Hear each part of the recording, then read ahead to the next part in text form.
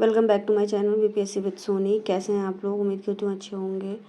और आज है 7 तारीख। ये वीडियो मेरी पहले की पड़ी हुई थी जिसको मैं एडिट करके डाल रही हूँ। सिर्फ वॉइस ओवर करना रह गया था। एडिट तो एक्चुअली मैं कर चुकी थी। अभी सिचुएशन ऐसी हो गई है ना कि कुछ भी ज़्यादा पढ़ाई हो नहीं पा रही है, तो फिर शूट ही क्या करना। थोड़ा बहुत होता है तो उसमें शूट करने का मन भी नहीं करता। और मैं टू बी ऑनेस्ट आपको बताऊं, सिचुएशंस अभी हमारे अकॉर्डिंग नहीं है, बट हाँ, बहुत बच्चे ऐसे होंगे जो सिर्फ एक टीआरई के लिए नहीं, कुछ और एग्ज़ाम्स के लिए भी प्रिपरेशन कर रहे होंगे। तो मुझे लगा कि मुझे अपना स्टडी ब्लॉग शेयर करना चाहिए, तो मैं अपने स्टडी ब्लॉग में आपको सारा ये बताऊंगी कि मैंने सुबह से लेके शाम तक जॉब के साथ मैं कैसे अपने टाइम टेबल को मैनेज करती हूँ। ठीक है, तो सबसे पहले मैं सुबह तैयार होती हूँ। सुबह उठती हूँ 4 साढ़े 4 के समथिंग। एक्चुअली ये मेरा टाइम नहीं था उठने का, बट कहते हैं ना कि जब जिम्मेदारियाँ पड़ती है या काम होता है तो हम उठ जाते हैं। तो मैं सुबह 4:30 के अप्रॉक्स में उठती हूँ। उठने के बाद मैं अपना थोड़ा सा मुंह वगैरह धो के फिर मैं पढ़ाई करने के लिए बैठती हूँ। 1 घंटे के समथिंग मैं पढ़ पाती हूँ, 5:30 तक, 5:20, और वही मैंने आपको टाइम वहाँ पे दिखाया था, 5:20 हो रहा था। और उसी के साथ मैं अपना एक स्टडी स्लॉट कंप्लीट कर लेती हूँ। जो भी इस मॉर्निंग में प्रोडक्टिव रहता है, वो याद करने वाला या पढ़ने वाला, वो चीज़ मैं प्रिपेयर करती हूँ। उसके बाद मैं निकल जाती हूँ जॉब के लिए। फिर जॉब पे से आने के बाद मुझे मॉर्निंग में जल्दी ही जाना रहता है, 7 के आसपास मैं निकल जाती हूँ, 6:30 7। तो मॉर्निंग में निकलने के बाद फिर मुझे आते आते 12:30 बज जाते हैं, 12:30 1 के अप्रॉक्स में।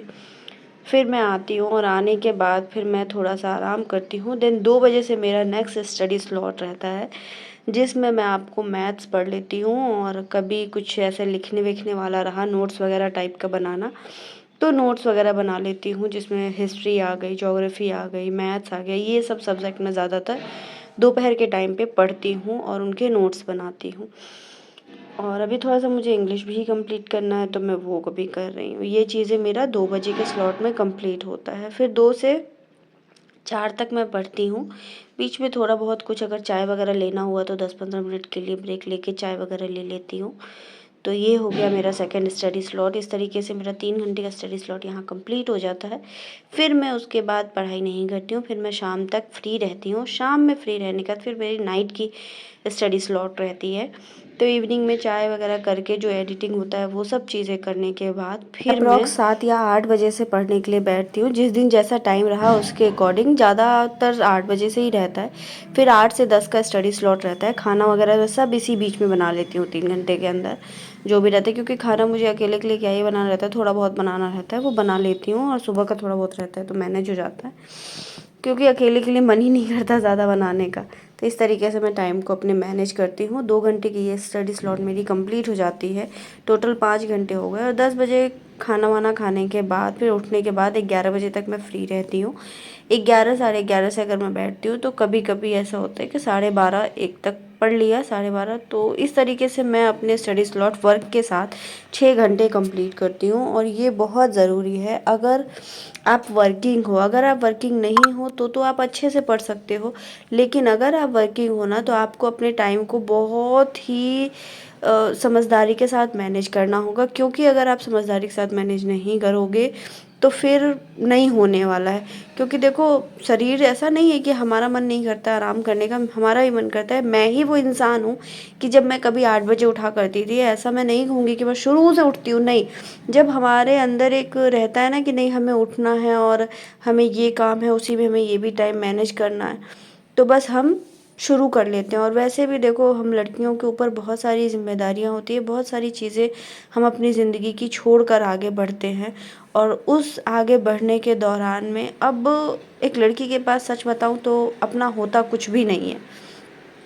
जो कुछ होता है वो हर दूसरे का दिया हुआ। और यही सोच सोच के ना लड़कियां सोचती हैं कि उनके पास कुछ नहीं है, या फिर वो सोचती है कि चलो ठीक अगर है, पापा मम्मी के पास है तो अच्छी बात है, और नहीं तो फिर ठीक है ना, एक हस्बैंड अच्छा सा मिल जाएगा, शादी कर लेंगे और आगे बढ़ जाएंगे, क्या ज़रूरत है हमें खुद कुछ करने के लिए, हम तो वैसे ही रानी है। बट नहीं, वो आपको जितना मिलता नहीं है ना, उस चीज़ को आपको बार बार रियलाइज़ कराया जाता है कि ये मैं तुम्हारे लिए करता हूँ।